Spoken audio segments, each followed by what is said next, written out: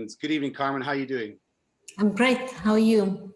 Yeah, I'm fine. I'm especially excited. I think most of the Naked office, the energy, well, we're not in an office, but we're very well connected. But today is one of the big days that we all look forward to and have been fortunate to look forward to for the past 6 years. And it is to kick off Carmen's Kids fundraising, which is something that we're very special to be part of, which was brought to you by us. So there's a very good energy, a very good vibe. Everyone's sort of excited, lots of communication, and now we get to share all that enthusiasm with all the angels who are tuning in. So look, why don't we just go back very briefly, Carmen, and sort of remind everyone, because we will have those people angels who've been there since the beginning and followed this all along the way, and they're very, involved, engaged emotionally and financially have been. And there'll be some newcomers, very welcome to everyone. And why don't we just tell everyone as a reminder where it started? So it was 2011 from your perspective, is that right? Yes, yes. So in 2011, I started a very small soup kitchen in a community where I grew up.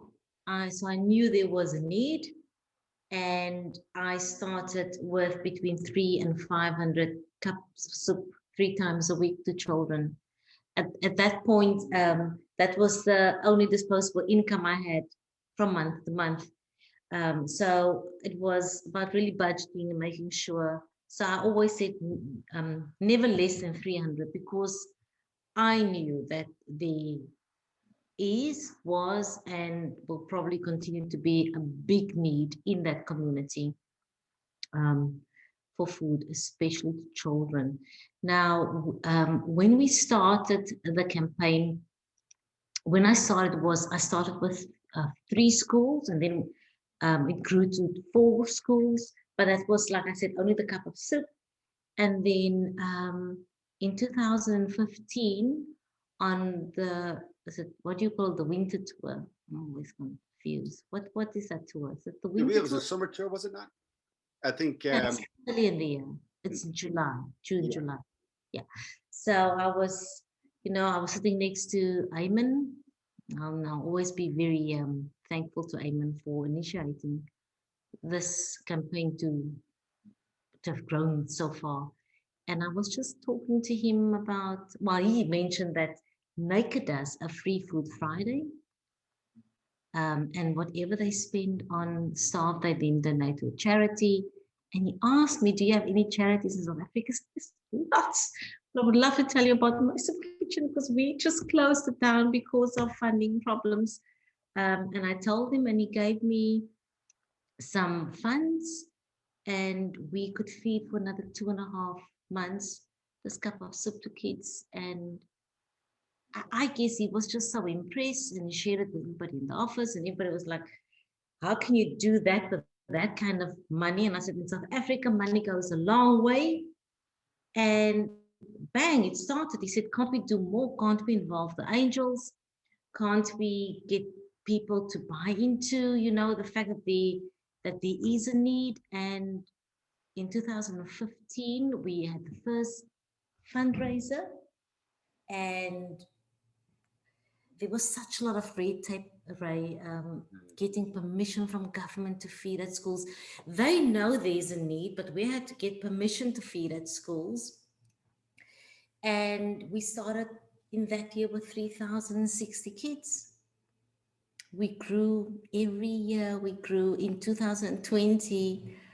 I thought when 2020 was like the huge year, because we fed 10,310 kids. And I was like, oh my word, we did not only school feeding, we did after school feeding, we did holiday school feeding. We really went in and really made a difference. And then COVID came, and schools were closed. And I think I remember our president announcing the lockdown the Sunday. He said that the Wednesday the schools would close. And the first thing that went through my mind was, if the schools close, these kids will not be fed. So they closed the schools on the Wednesday. But since the Sunday to the Wednesday, I made contact with a few schools that was willing to pick up a phone. And I said, guys, we're bringing in a high energy cereal. Please, we need you to receive it. And they said, no, we can't. We were told to close the gates. If you come with anything, you will have to hand it outside the gates. I said, we will be there. Just make sure the kids are there. We will hand out as many as we can. And in that shorter period, I could only get one company that would stand by me and said, okay, we'll pack this for you, Carmen. We will have it ready for you by the Monday. You just need to organize the transport. So we got lots of cars, lots of friends of mine that just pitched in, and we drove to different schools with, and we handed out over 6,500 high energy cereal to kids. As you said before, that first year where we handed over the 300 quid, 300 pounds, and how far that would go. And from there, it was the following year where we asked everyone to give up their lunch and £3. And that year we raised 61,000 pounds in 1 year, our first year. And it was just this community of angels, archangels, winemakers. In terms of South African currency, we raised in 10 hours that first year 1.2 million rand. That's a lot of money in South African terms. That's a lot of money. That enables a lot of food to a lot of children. No, it's amazing, Carmen, and it's important to say that then and always and currently and going forward, and I'll tell everyone a little bit more about how things are, you know, today in 2021, where we've gotten ourselves to, but the money always went direct to food, went direct to children. No administration costs, it was always direct. So it's a lot of money, but sometimes there's bits nibbled off on the side to cover, but it was always food.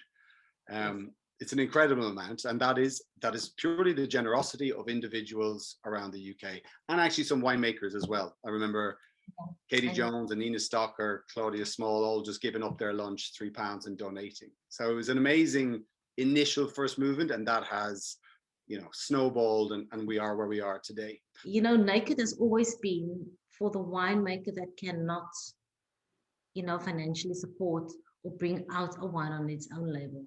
And to have that support to go and say, I want this, the best grapes, I want the best barrels.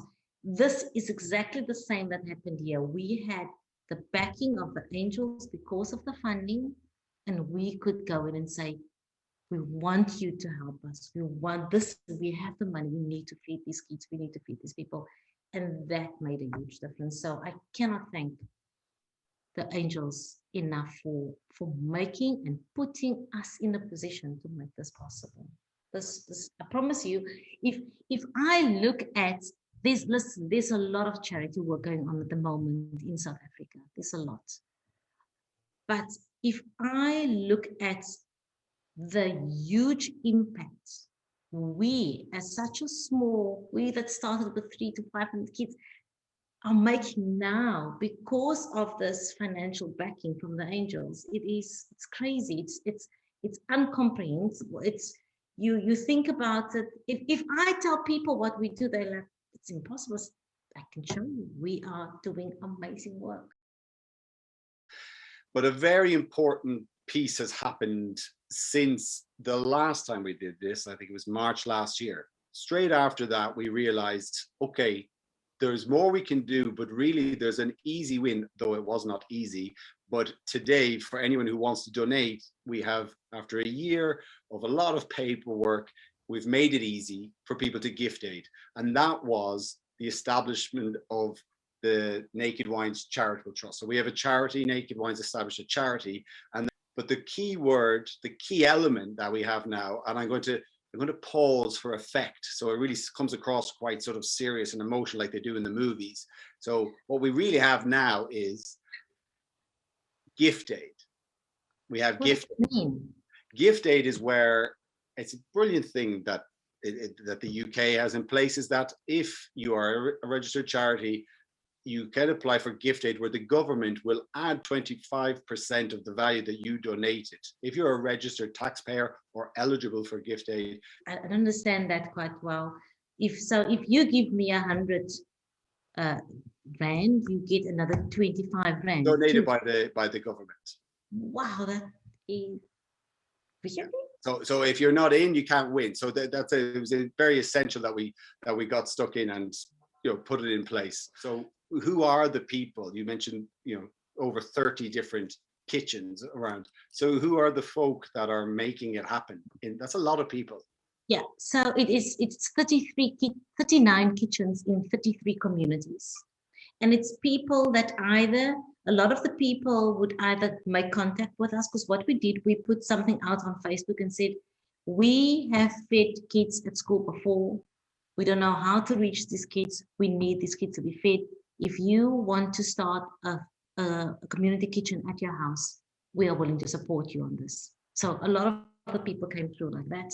Some of the people we knew, some of the teachers stepped in and said, listen, I will start the kitchen for you. So, and everybody that's working in these kitchens, right?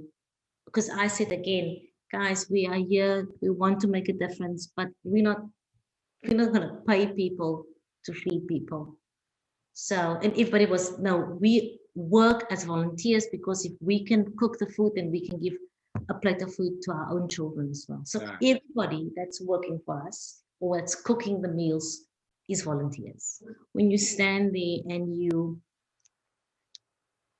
obviously kids preference, the kids lined up, it's actually so sad to see, when they see, when you go to the kitchens, or you go with a car, they know the car, so they come running for the food. It's and I know at some point I went to one of the feeding stations, and this man, I mean, a big, you can see this man it must have taken so much for him to come and stand in that queue for that food, but he knew that that child depended on that food. And I said, can't I offer you a plate of food? And he said, I would love to have a plate of food, but the line is so long. First feed the children. If there's anything left, I'll take it. But if there's nothing, I will understand as well. To see that and experience that's hard. That's just. Carmen, there's one other photo here I have. I just want to let's see if I can expand that. So this, I don't know, do you remember this day, but this was when Eamon and I joined you at one of the schools. But I remember this specific girl, and she's stuck in my mind for a while, because do you remember, I think her house burned down 2 or 3 days prior to that. Is that right? Yes. Yeah. They lost everything. And I don't know if you recall, but one of her teachers said that she lived with her for that week because she had nowhere else to go. The parents didn't know where to place her. Yeah, that's the reality. It's been a great one, Carmen. Thank you, and thank you everyone for participating. Thank you, Ray. Thank you for this opportunity. Thank you to all the angels. Thank you to all the naked staff that's behind making all this possible. Thank you for your generosity in every way, in the kind words that I'm reading here. Thank you so much. It is so much appreciated. And Ray, thank you. You've been a fantastic host. Thank you very much. Here to serve. Lovely to see you, Carmen. Good night. Take care. Good night, everybody. Thank you for participating. Bye-bye.